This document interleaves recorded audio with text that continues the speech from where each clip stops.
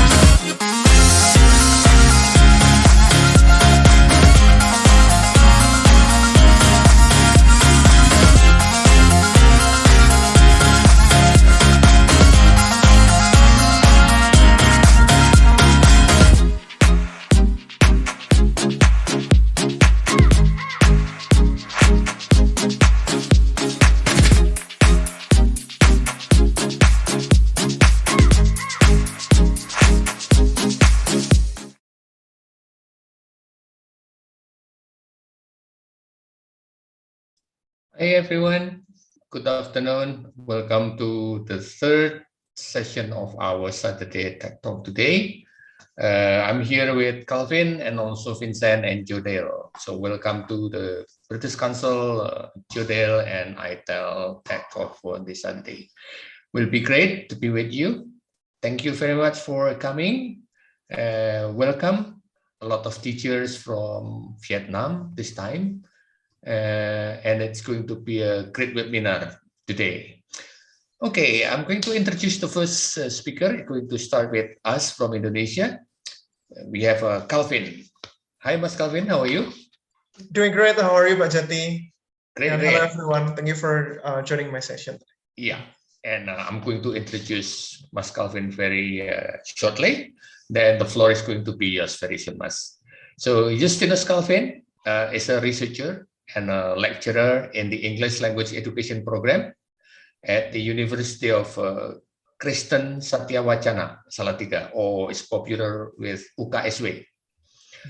He earned his PhD in Language Literacy and Technology Education from Washington State University, Pullman, USA. And currently, he is a board member of iTELL, of course, Indonesia Enhanced Language Learning. Okay, without further ado, let's rock the floor. This is Calvin. Okay, thank you very much, Pak Jati, for your generous introduction. And let me share my screen. Okay.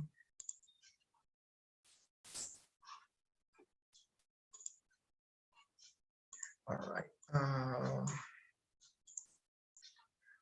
All right, so I'm going to start. I think all of you can see my screen now. So, selamat sore Ibu Bapak yang join di Indonesia, and hello everyone, and good morning in the UK, and good afternoon in Indonesia or in other Southeast Asia countries, because I hear that some teachers from Vietnam joining my session today. So thank you very much. Okay, for joining my session. So I'm going to share in the session some practical ideas of riddle-based speaking activities that you may use in your language classrooms, hopefully to attract your students' attention and encourage them more to interact with their classmates, okay?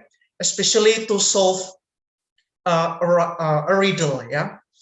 And when we ask our students to solve the riddle that I'm going to show you today, and hopefully we can also provide our students opportunities to practice their critical thinking, yeah? Especially in making decisions in this case, later on, to save people from the zombies. Okay, and later on, we can have a short simulation on the activities. Okay, the riddle-based speaking activities. But then I'm going to start by inviting you to explore this website, the TED website, that website. I believe that most of you are familiar with this website. So let's explore this website where I get the riddle video and also get some ideas for the speaking activities, yeah, that I'm going to share with you all today. Okay, so I'm going to click this, okay, that website and show you.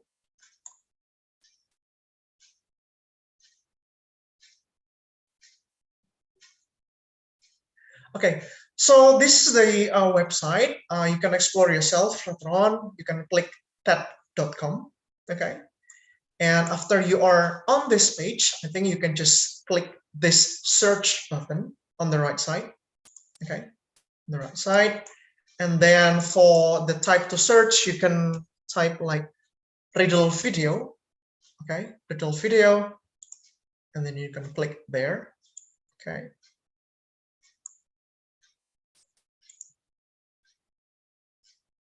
All right, still waiting.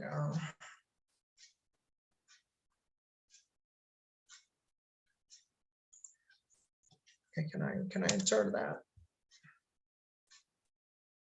Yes. So after you type riddle video and then you enter that, and you'll be on this page, and these are the results of your search. So you can see like many or some riddle videos, interesting titles that you can see later on. Okay, and you can also see the brief description of each video. Okay, if I scroll down like this, you can see some videos here. Feel free to explore yourself of this session. But then for my session, I'm going to use this as an example. Yeah, a riddle video by Alex Chandler. Can you solve the bridge riddle? Okay, so I'm going to click this one. And after I click that, and I'll be on this page. Okay, where I can play the video by Alex, yeah, all right. And as you can see here, this is the video, not very long. It's only 3 minutes and 35 seconds. And hopefully it's not too long for our students, okay? And if you scroll down a little bit, and you can see the details about the talk. So basically, this is like a brief description of this video, okay? And also you can see the character of this video and so on. And if you click this transcript, okay, so you can see the transcript of this riddle video, yeah, about the zombies, okay? So basically, yeah, you can have this full transcript. And what we can do is we can, for example, we can block this and right click, and we can copy and paste this transcript on our Microsoft Word, or for example, PowerPoint slides that we're going to use in our classroom, okay? And what I like from this is that the transcript is available not only in English, but in 34 other languages, okay? And this is just, for example, we have the one from Indonesian, so Bahasa Indonesia. If I click here, so we can have the Bahasa Indonesia transcript, magang di lab pegunungan terpencil, and so on and so on. And same way, we can once again we can block this, right click, and copy and paste to on our Microsoft Word or PowerPoint slides. Okay, so this is just a brief introduction of the website that you can once again explore yourself. Okay, so ted.com and find many riddle videos there. Okay, so I'm going to go back to my slide. Right, so second. All right, so after we know the website, okay, and after we know that we can access the video and the transcript. So what we can do as a teacher is, first of all, we can ask our students to work in a group. Okay, so probably 3 to 4 students in a group. I think that would be fine. That would be good. Okay, and after that, we can prepare some slides about the riddle that our students need to solve. Okay, and this is just an example. So I'm going to prepare this kind of slide. Okay, and read the story for my students. Probably I can read like using certain information, or you can read the story using certain information so that you can create like a kind of atmosphere. Okay, and you can highlight the keywords or key points or the clues to solve the riddle. Yeah. Okay, so this is just an example. I'm going to explain a little bit. Okay, so long story short, there are 4 persons working in a remote model. Okay, so it's you or I. Okay, the janitor, the lab assistant, and the old professor, as you can see on the slide there. Okay, and we need to run. Okay, we need to run because the zombies are coming. So yeah, we need to get away from the zombies. In this case, by crossing the old road bridge. Okay, so we need to run once again. Otherwise, the zombies will catch and bite us. Okay, and as we can see on the slide, or as displayed on the slide, we can see the walking speed of each person to cross the bridge. Yeah, as you can see there on slide. And this is just like a clue that I prepare on my slide. So for example, the lab assistant takes like 2 minutes to cross the bridge. You need 1 minute to cross the bridge, and the janitor needs 5 minutes to cross the bridge. And then last one, the professor needs 10 minutes to cross the bridge. Okay, so this is just a clue. And I'm going to continue reading the story. So we only have 17 minutes. Okay, 17 minutes.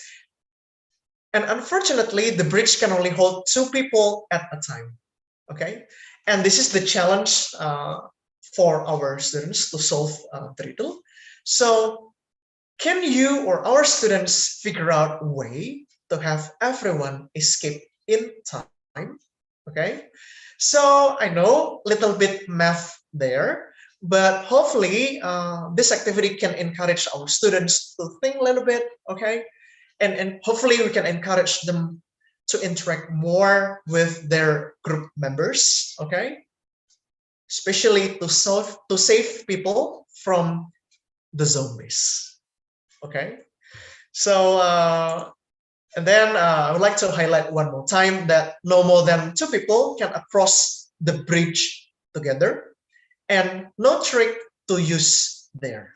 Okay, and the next one, to facilitate and guide our students' interaction, I think we as a teachers can spend a little bit more time to create this kind of slide. Yeah. Okay, like this slide, as you can see, and also we can provide like guiding questions to facilitate that interactions. Like for example, who are 2 persons that should cross the bridge for the first time? Okay, and who is 1 person that should come back to save the friend? Okay, and for brief information, I created this slide. Okay, using Canva, and I found the zombies there. Okay, in Canva, and the rock picture, the bridge, and the persons there in Canva, and also the lantern as well. So everything there is available in Canva, so we can just explore Canva and use the pictures available there. Okay, and I provide the next slide about the guided questions. Okay, and who are 2 persons that should cross the bridge next? Okay, so you can guess if you want, or by typing the answer on the chat. but I think because the duration of the time, we can just like discuss together, yeah. Okay, and after that, I like provide this last slide, like who should be the last two persons to cross the bridge, okay? And in doing this, or in solving this riddle, I think we can give our students like around 10 minutes, okay, for our students to discuss and solve the riddle, yeah, okay. And this is important before our students do the group discussion, okay, and to solve the riddle. I think we can emphasize this communication rules, yeah, that during the group discussion, every voice matters, not just the vocals, yeah. And every student should appreciate and listen to each other ideas well. And there should be like no judgmental feedback on any presented ideas during the group discussion. And no one should position themselves like as more knowledgeable than the others. Yeah. So in short, every student has the responsibility, okay, to save the people, yeah, those 4 persons from the zombie, yeah, okay. And after that, after they finish discussing with their group members, I think we can ask our students to share their answers or ideas to save the people from the zombie, and we can ask them to share the ideas in the group, sorry, to save their to share their ideas in a classroom discussion, big classroom discussion, okay. And there are no right or wrong answers, so just invite our students or your students to share their ideas, okay. And after they share, I think at the end, what we can do is inviting our students to watch the riddle video together, yeah, and ask them to check their answers, okay. I think we can still have time, and I'm going to play this video so that you can or we can watch together and see the answers, yeah. Okay. So I'm going to play this and okay, enjoy.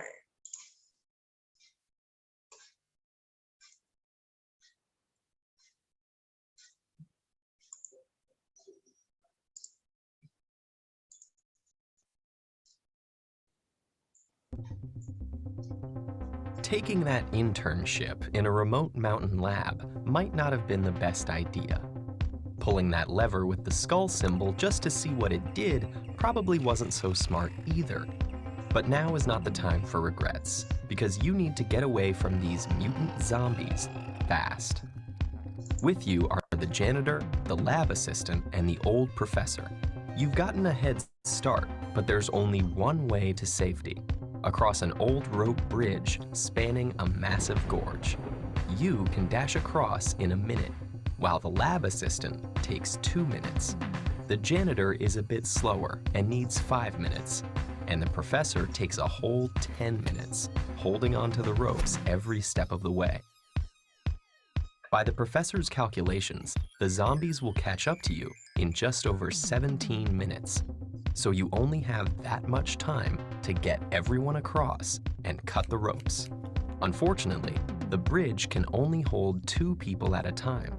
To make matters worse, it's so dark out that you can barely see, and the old lantern you grabbed on your way only illuminates a tiny area. Can you figure out a way to have everyone escape in time? Remember, no more than 2 people can cross the bridge together. Anyone crossing must either hold the lantern or stay right next to it, and any of you can safely wait in the dark on either side of the gorge. Most importantly, everyone must be safely across before the zombies arrive. Otherwise, the first zombie could step on the bridge while people are still on it. Finally, there are no tricks to use here. You can't swing across, use the bridge as a raft, or befriend the zombies.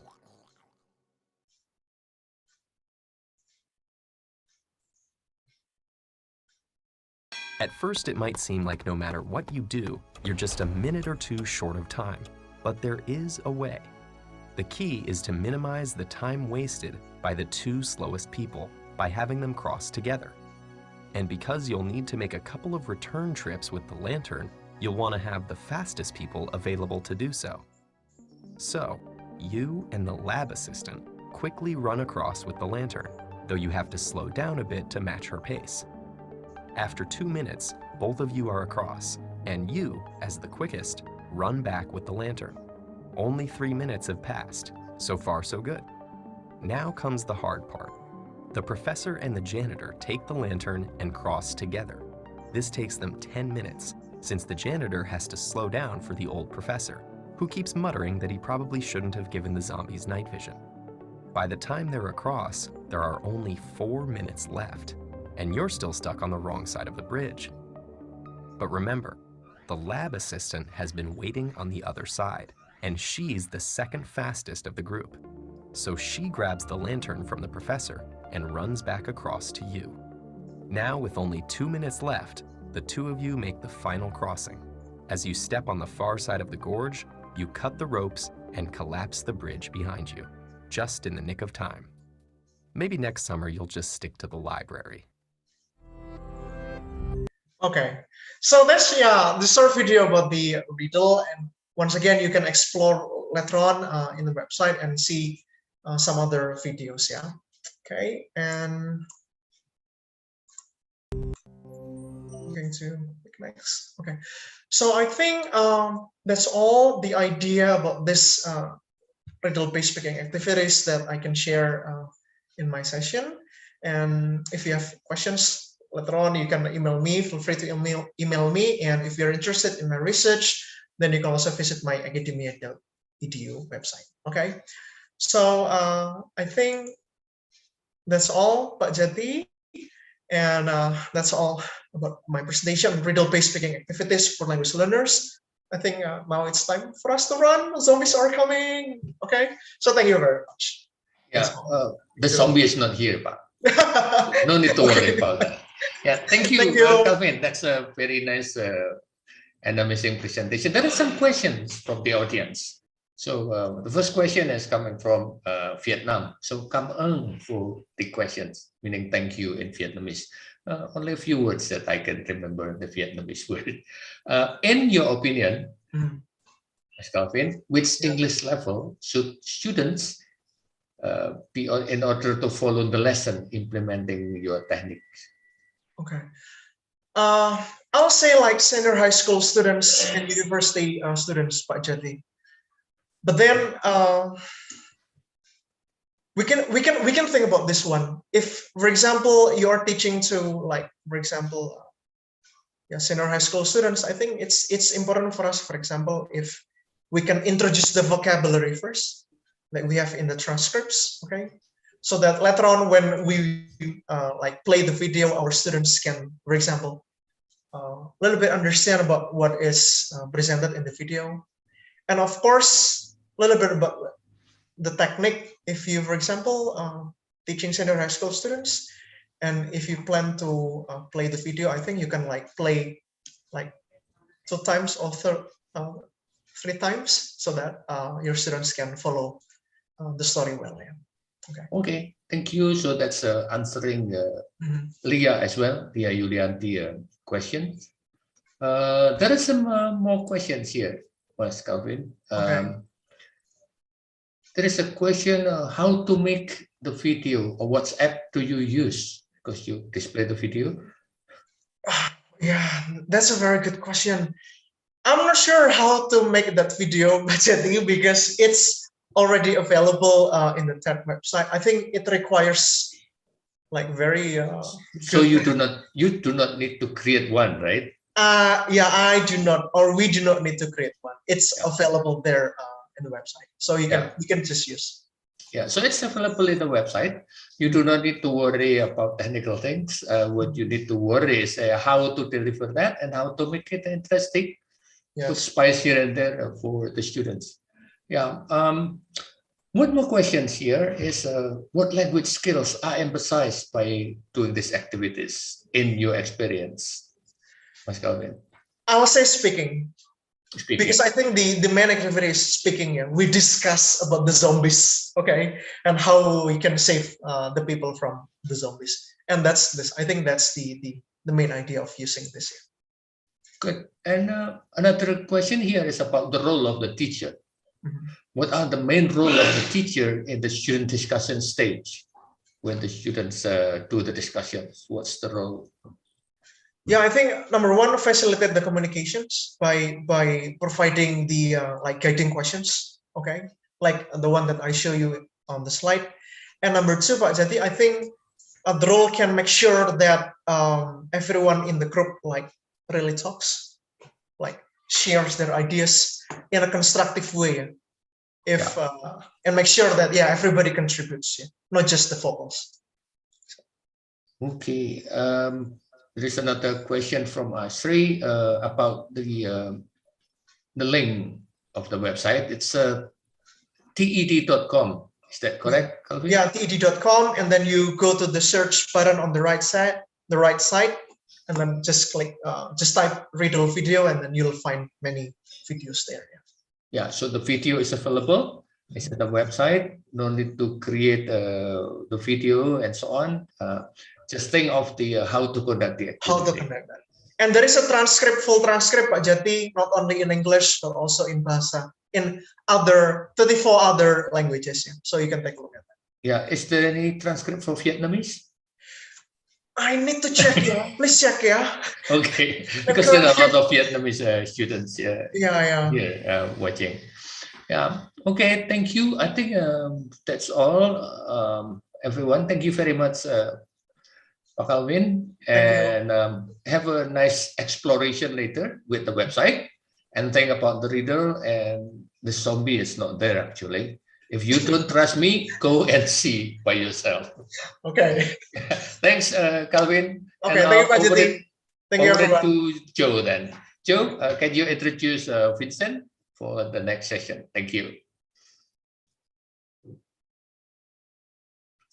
You are muted, Joe. Yeah, all good. Sorry, yeah. Okay. Schoolboy error. Thank you so much, Pak Jati, and thank you so much, Calvin, for that really interesting presentation. We've got even more questions around that, which we'll deal with at the end of the Q&A section. But it's now my responsibility to introduce our next speaker, Vincent Everett from the UK. I've known Vincent for many, many years. He's the head of department in a school in the east of England.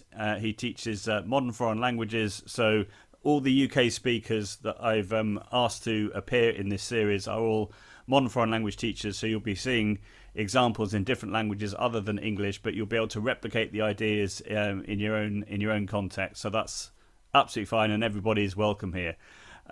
So Vincent is also he's an author. He's written course books. He's also a prolific blogger as well. He does YouTube videos, but I'm sure he's going to tell us all about all those different ideas. And of course, the theme of today is around promoting classroom interaction. And that's exactly why I asked Vincent to take part today. And I'm delighted that he said yes. So over to you, Vincent. If you want to introduce yourself a little bit more, if I haven't covered anything, and we're really looking forward to your presentation. And as always, everybody, can you put your questions in the Q&A and any other comments you'd like to make in the chat, and then we'll do a couple of questions at the end of Vincent's section, and then we'll go into the more general Q&A for the rest of the seminar. So over to you, Vincent. Right, thanks, Joe. Thank you, everyone, for inviting me as well. It's a great privilege to be on this very exciting international series of talks. And thanks, Joe, for making that schoolboy error as well with your sound. That makes me feel a lot better. So in case anything goes wrong, you've already done something and you're the expert. Yeah, I teach Spanish and French in Norfolk. I've been teaching in the UK for 25, 26 years. Before that, I taught English in Mexico, and I did a year teaching English in France as well. And it's going to be, there's some being part of this series, there's some very hard acts to follow. I was loved what Calvin just showed with the zombies, and thinking about how that would actually work in the classroom, and blending the technology and what goes on in the classroom, and getting pupils to talk and interact. Joe knows that mine will be mainly about the classroom. These are things that I've been doing for many years, just getting pupils to talk. And then because it's iTELL, there'll be some technology towards the end to show how this maybe can be extended online. We're going to look at something called QWIQR and how to use it for conversations. Okay, that's my school. You can see here my Twitter account if that's interesting or you want to have a look on there, and then my blog that Joe mentioned. And at the end, I'll give you a link to this presentation, and it's all going to be on the British Council website and Joe Dale's YouTube channel, so you can find it all on there. Okay, right, let's get started. So interaction in my classroom, straight away, obviously, we want our pupils to be communicating in English. If you're teaching English, my students in French or in Spanish, talking to each other, maybe doing information gap activities or answering questions or doing puzzles like Calvin was showing, where they work on things together and come up with a solution.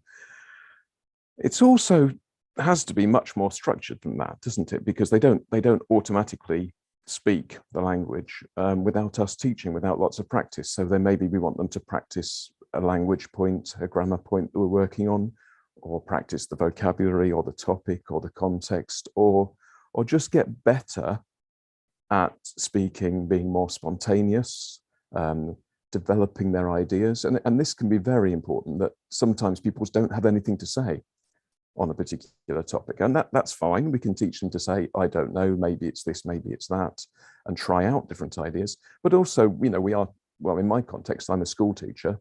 We're teaching pupils not just the language, we're teaching them to think, and we're teaching them literacy, and in this case, oracy, so the ability to extend, be coherent, logical, communicate well. And we also have the criteria for what is a good piece of speaking. These might be our own developmental criteria, or it might be the exam criteria. So interaction in the classroom, I'm looking at ways that all of these things can be structured, scaffolded, the pupils can become more and more independent. But what help do I have to put in there to start off with? So that's what we're going to look at today. And I'll come back to this idea that sometimes the ideas are more important than the language. If the pupils haven't got anything to say, then we're not going to be practicing the language. Or if it's very short and very simple, then fine, that's great for communication. I think that's also what we're getting at with Calvin's idea of the zombies, of just trying to push them to have a bit more to have to think about, to say, to discuss something they can really get stuck into. The second one on that list, pitching. By pitching, I mean getting it at the right level. For a start, there's no point trying to say something you just can't. It's interesting when pupils have to use their language and work out a way of something new, saying something new that they've not been taught to say before. But we want pupils to get very good at saying things that they can say, especially if they're going to go to an exam. You don't want them to sit there and not say something because what they wanted to say was something they couldn't. Also pitching so that it's at the right level to succeed and to be good and to push themselves. So it's a fine balance, isn't it? They've got to be able to say something, but also it's got to be something good. And in our curriculum, we want them to extend their answers, and we want to work on their fluency. I go for fluency first, just get them talking, saying anything. And the coherence comes later, and it takes a lot of work. If you want them to develop an answer and say something intelligent or interesting or tell a story, that doesn't just happen. We have to work on that. We have to teach them. And there's an activity there called Being Ben. This is something that I do, and I've done for many years. And I don't know how many other people do this. Obviously, I talk to people about this activity. They might call it something different. They might not like the name, but I call it Being Ben, and my pupils call it Being Ben. Ben is now probably in his 20s. He's a business consultant.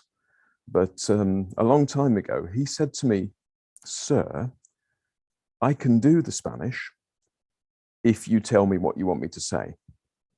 If you just ask me the questions, I can't do it. I can't think of what to say and say it." So what we do in class, if we have pupils interacting in pairs, and one is responsible for thinking up what to say, and they will say it in English to their partner in small chunks, and their partner will say it in Spanish.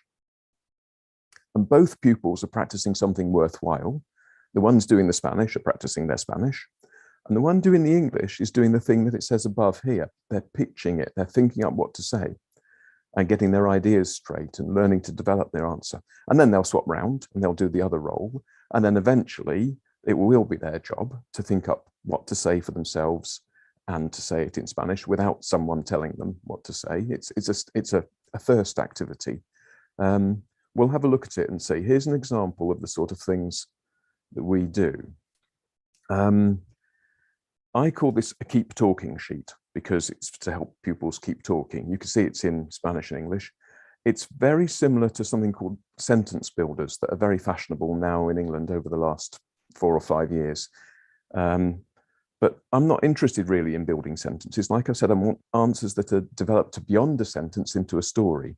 So that activity I just said that I call being Ben, I'm going to have to be both people, but you'll be able to tell because one of them is going to do English and my partner, which is also me, sorry, will be doing the Spanish. Okay, so I'm just going to go through. If you use this kind of sheet, obviously you can get, my pupils have the English here so they can see what it means, but we can get rid of that. Or I ask the pupils to go through and obliterate any English they know. Let's get rid of it. So this is for talking about going to the beach in Spanish, okay? And to start off with, my pupils will work together in pairs, and one will think up what to say in English, and the other one will say the Spanish. Here we go. It might be a bit confusing because I'm being both people, but hopefully it'll work. So partner one says, when I go to the beach, I like, and their partner has to look on the sheet and go, cuando voy a la playa me gusta. Meanwhile, the other pupils thinking out what to say next. Cuando voy a la playa me gusta, to look for shells, buscar conchas, and I love, me encanta, to draw elephants in the sand, dibujar elefantes en la arena. And actually what's happening now is me thinking up what to say, being one of the pupil who has to do that. That's the difficult bit. The pupil who says the Spanish, then they're only having to find it on the sheet and say it at this stage. Let's carry on. Especially if it's sunny, sobre todo si hace sol. But, pero, if it rains, si llueve, I prefiero,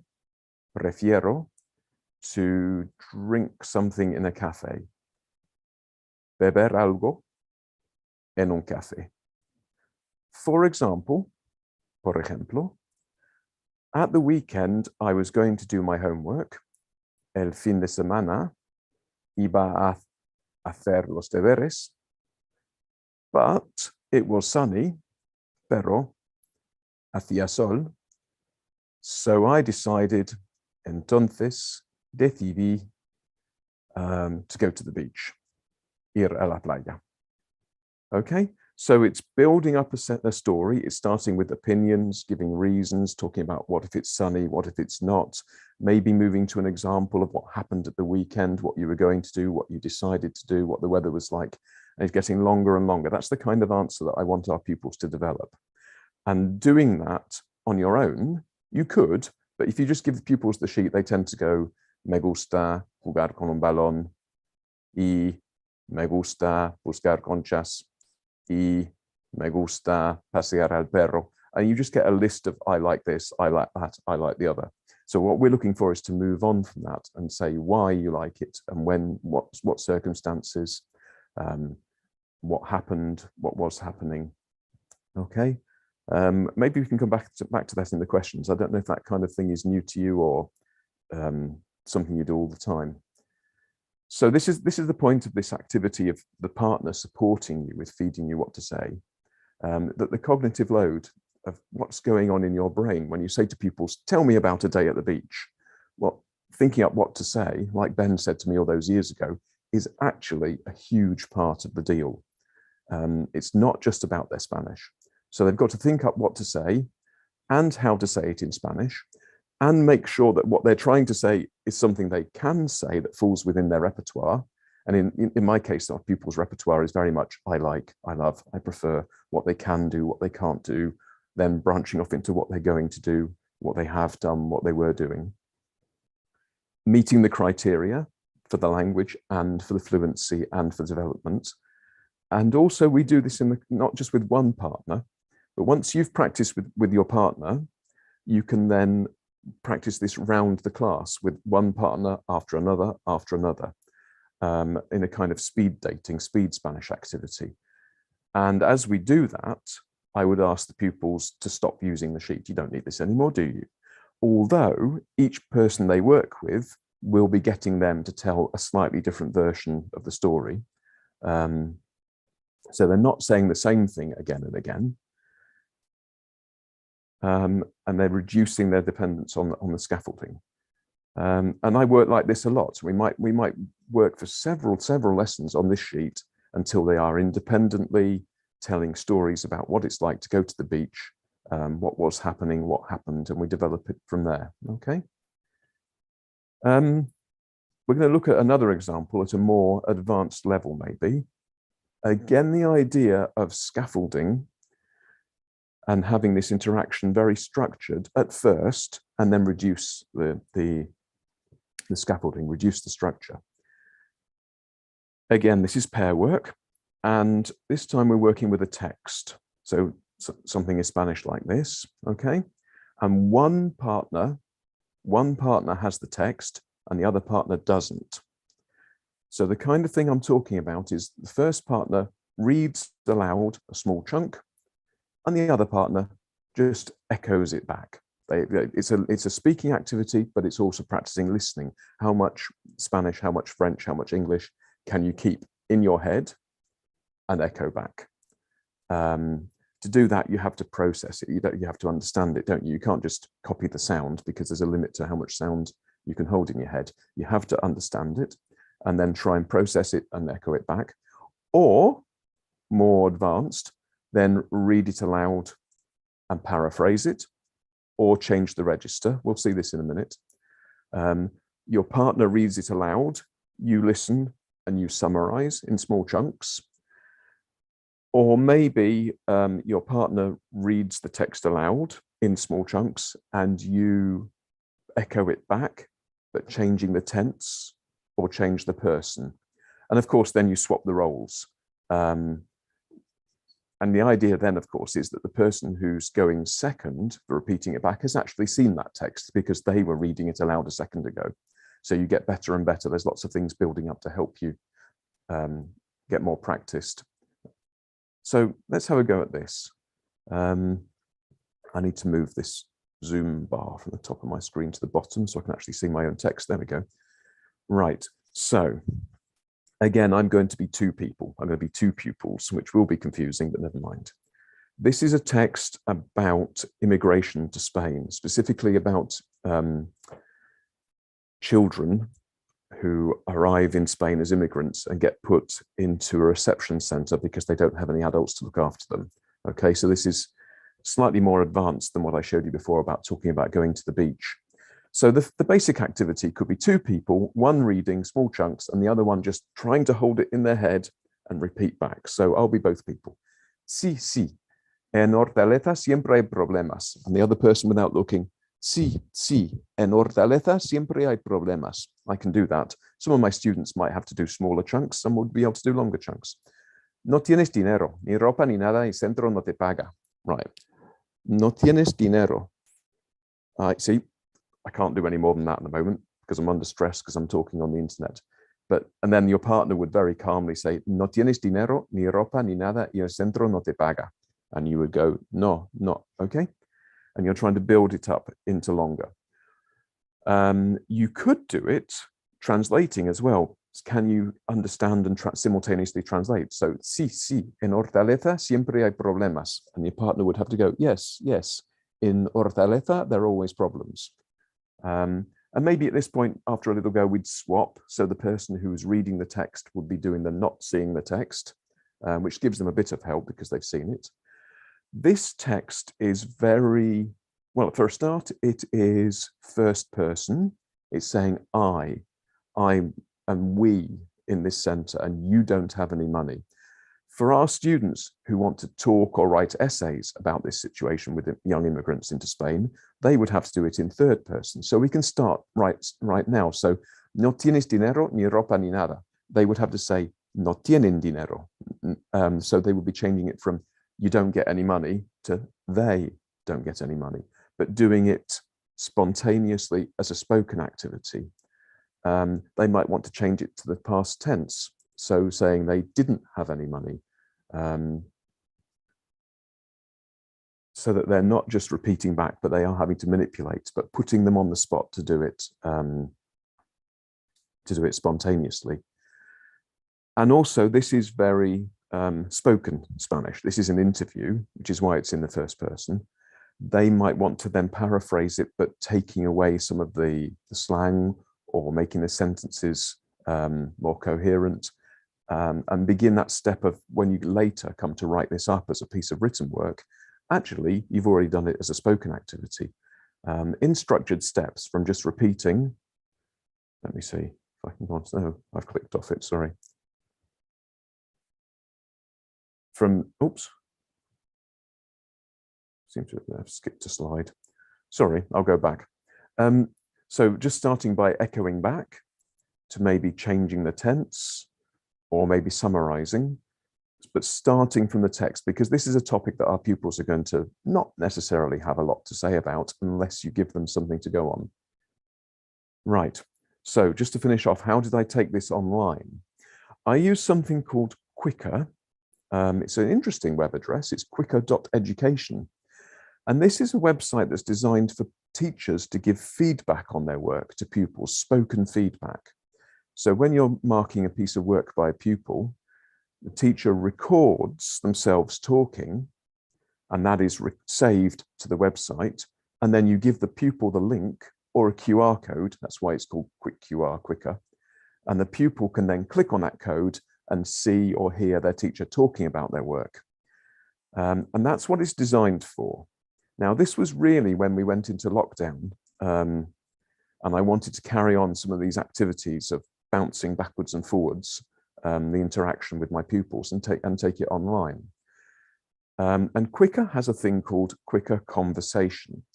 Now, this is a terrible thing in British education, where when you give feedback to pupils in their books, they're meant to then write a response and show that they've responded to the feedback, and it gets ridiculous with the teacher having to use red pen and the pupil using green pen and then writing back in purple pen. So on this spoken feedback site as well, they've given a facility for the pupil to then talk back to the teacher to say, thank you very much for the feedback, I've changed this, I've changed that, to prove that they've acted on the feedback.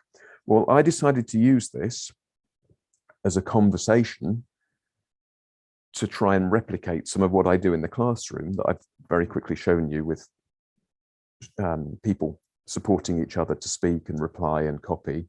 So this top one, for example, is me talking in Spanish. And these are my instructions, telling the pupils what to do. All of this is between me and one pupil, by the way. This is this QWIQR conversation. You can send out multiple copies to multiple pupils, but this is between me and one pupil. So the top one is my audio. This one is my instructions. And all the instructions are, they say to the pupil, listen to the audio and try and repeat it back. And the first time they repeat they can only remember a first bit. Remember me a minute ago, I could only remember a tiny bit of what I was trying to remember.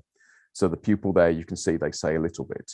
And then subsequently, the pupils are recording again, and they listen, and then they try and say it. And they only said a bit. And then they try and say it, and they get a bit more. And then by the end, they can say the whole thing. I'm going to have to move this Zoom bar so I can see. Yeah, so you can just see there at the bottom as well that's how it works. You would click to do a video or a recording or a picture or text. Here's another one. So this again is me sending this out, and this is not in real time. That's the other thing of this as well, that it's when we went online, pupils weren't all available at the same time to do things online. So this was there for them to pick up and work on. So that's my audio at the top. That's my instructions. And this time I've asked, because this is quite a complicated text about a passage about a literary text, I've asked the pupil to summarize it in English to get their ideas sorted and make sure they've picked up everything, and then record it in Spanish. And they're not trying to copy what I said, they're summarizing what I said. This one, I think, could be the pupil then like a little dictation, writing more or less what I said or summarizing. And then the pupil, now they've had a chance to really go through and get most of the words. This is them recording themselves saying what they think I said, me giving some feedback, and then the pupil responding.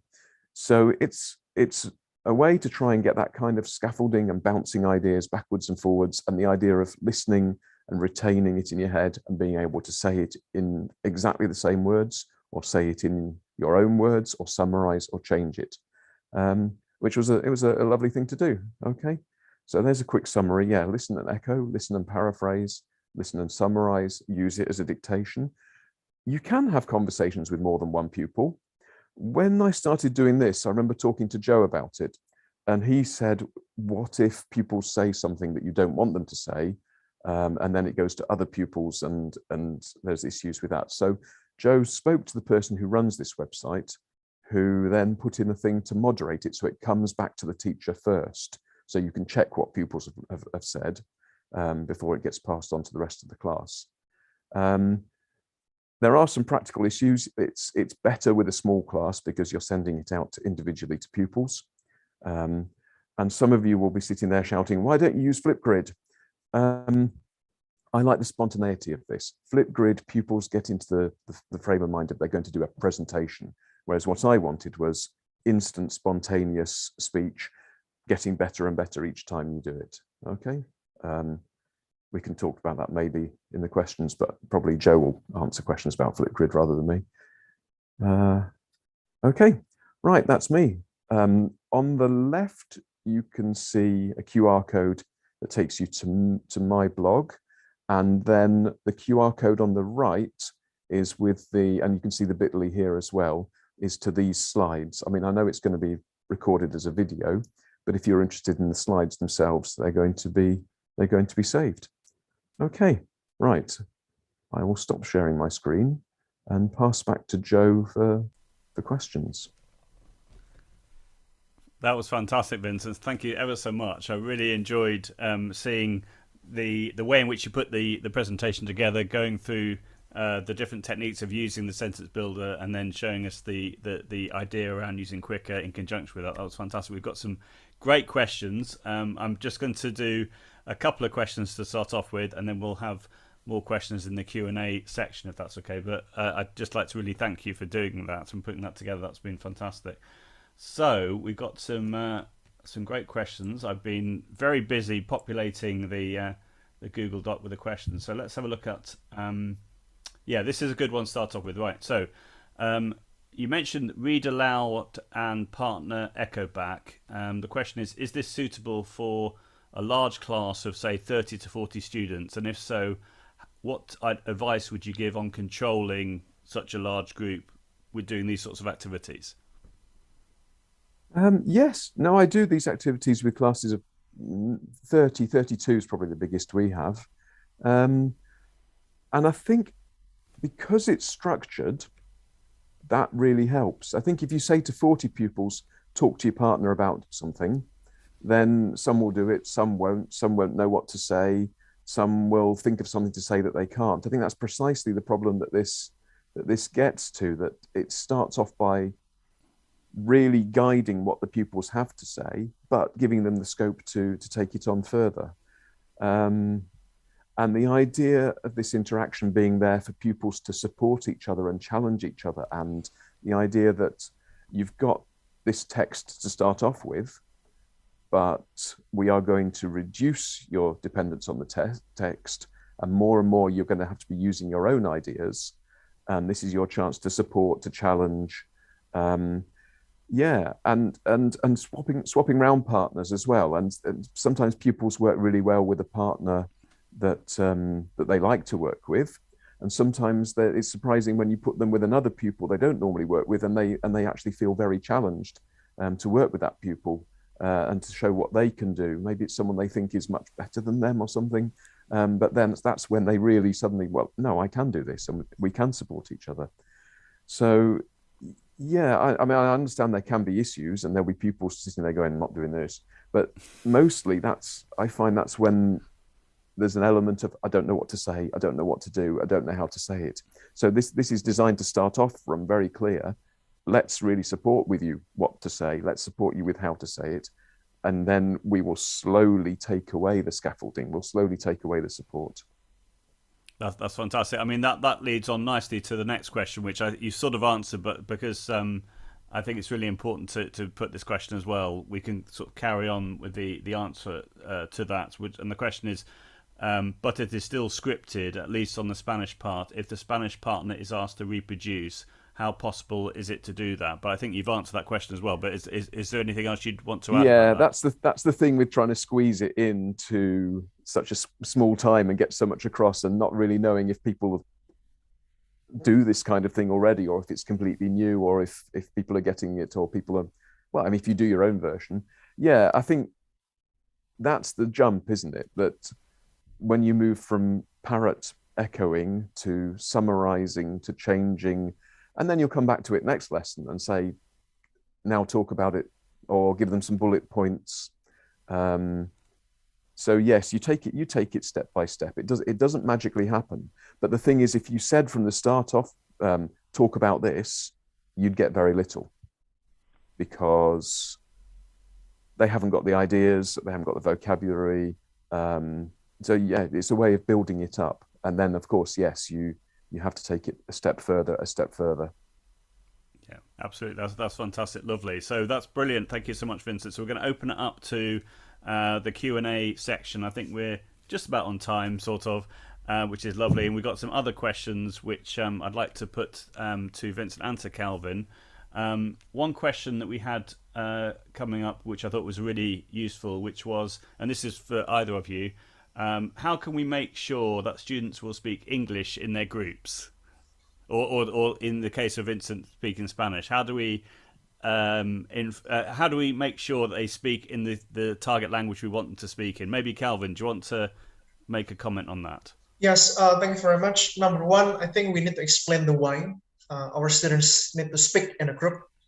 Okay. For example, hey, this is your opportunity to practice speaking in English, because if you leave this class, I'm sure you'll, like, for example, speak in your first language. So please use this opportunity to practice speaking English in your group.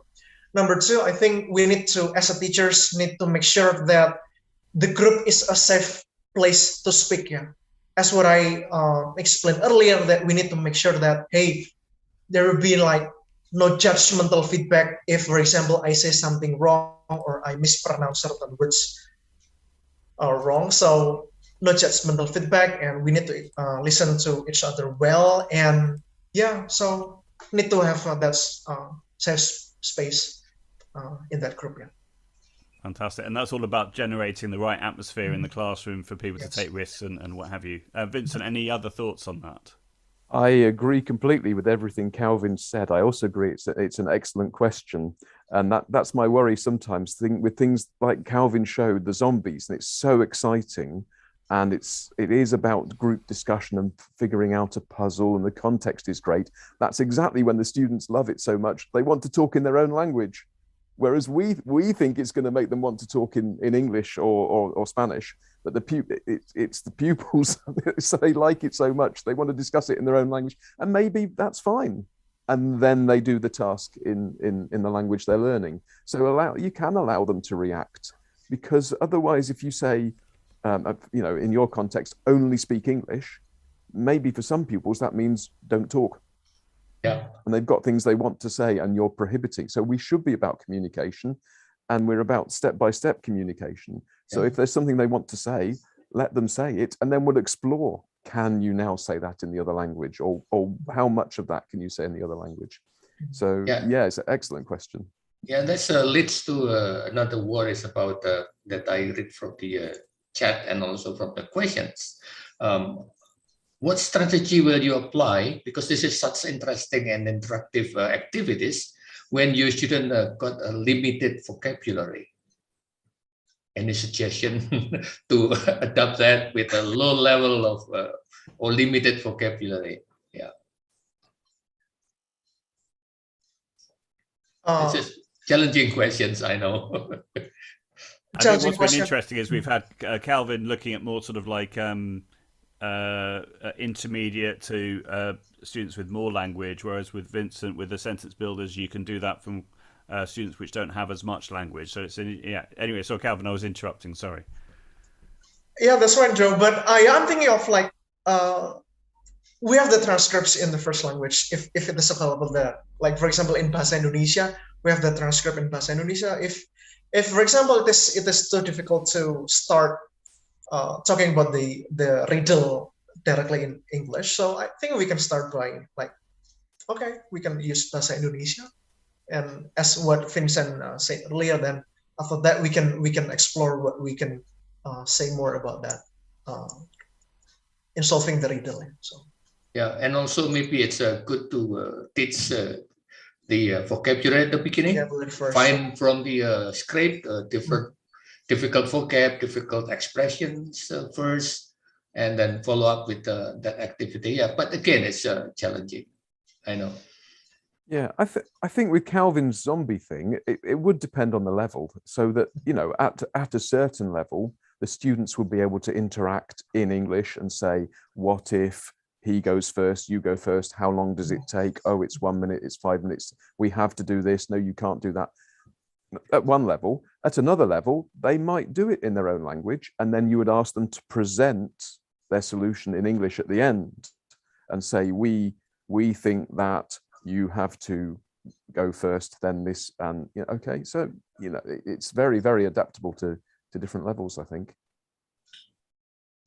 Fantastic. We've just got a quick question, if it's okay, for Vincent, which was Winder in the chat has asked, question to Vincent, what is meant by speed dating? I'm curious. Can you explain what speed dating is? Right.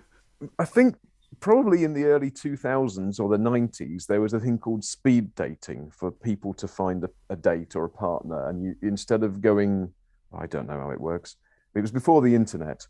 So you would go along to a local place and you would meet people socially, and you would spend 5 minutes talking to a person, then a bell would ring and you'd move on to the next person.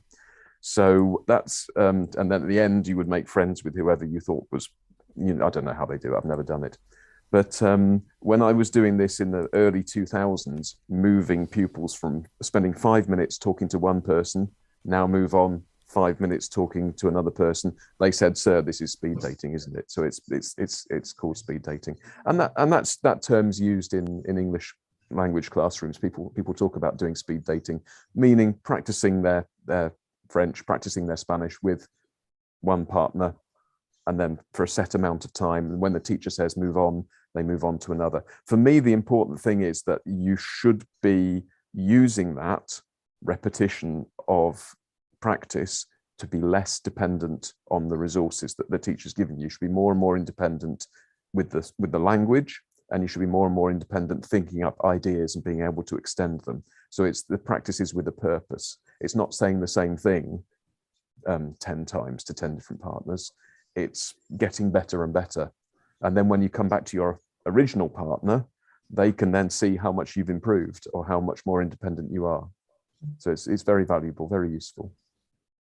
Fantastic. That's lovely. We'll just do maybe one more question, if that's okay. I'm aware of time. The next one is, I think, particularly pertinent for online teaching. So maintaining classroom interaction is very important and challenging at the same time. How do you usually, what do you usually do to keep encouraging students to actively participate in online classrooms, especially when their speaking ability is below average? I think this is a challenge which teachers around the world have been facing. Any insights? Calvin, if I maybe put that to you first, if that's okay. Yes, I think one thing that I can say in responding to that question is, I think we as teachers need to think about interesting topics to bring in our classroom. Not just, for example, asking our students to say, okay, how are you? And how's your weekend? I think we have been doing that again and again. Yeah. So I think we need to bring not only about the riddle-based activities, but also other activities other topics that are interesting and that can encourage our students to talk, to discuss about that interesting topic. So lovely, thank you. And Vincent, any thoughts?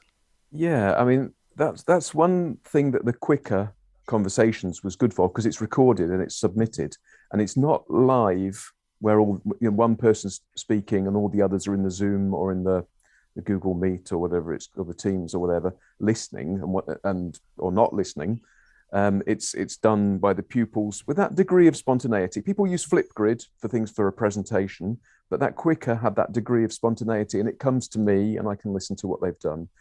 And the other thing is, we used that kind of sentence builder that I showed the example of going to the beach. You can do that.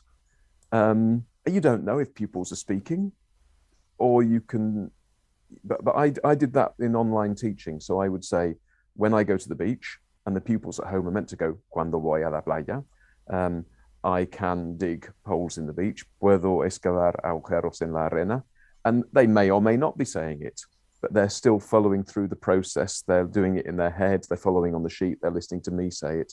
So we can relax a bit. I mean, I know some of my pupils were, because their parents said they're speaking Spanish in their bedroom.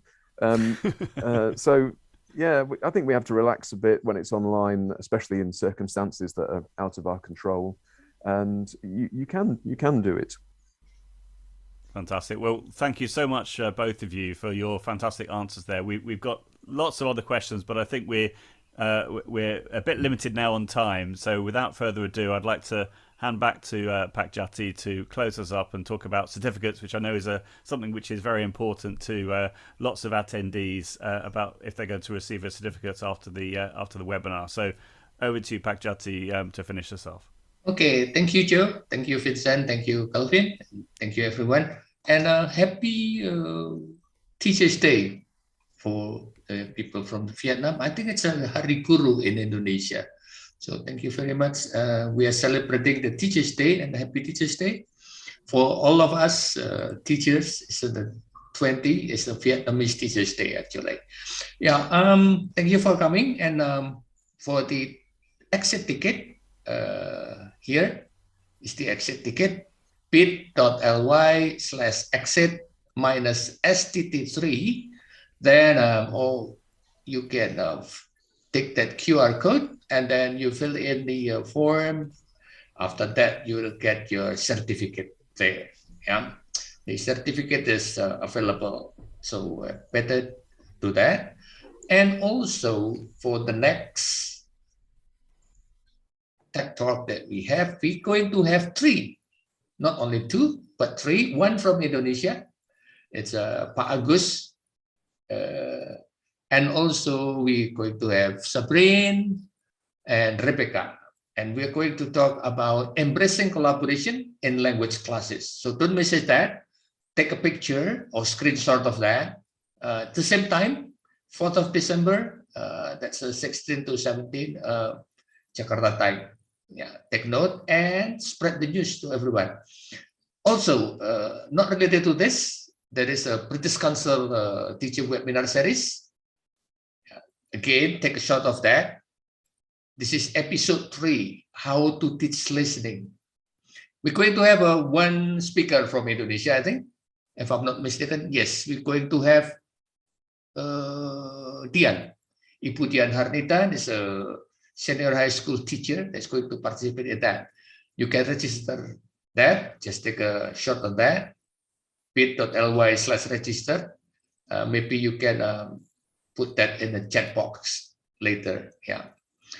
Thank you very much for that. And also, we're going to promote our next year conference. It's going to be in Jogja. It's face-to-face conference. British Council with iTEL. It's all about technology. Hopefully that we can do it face-to-face. We have been on the screen for too long, I think, for around 2 years. Then hopefully we can do that. Okay, thank you very much for coming, everyone, and I'll see you in the next 2 weeks. Yeah. Joe, I, and British Council saying thank you very much, and see you in next 2 weeks. Bye. Bye, everyone.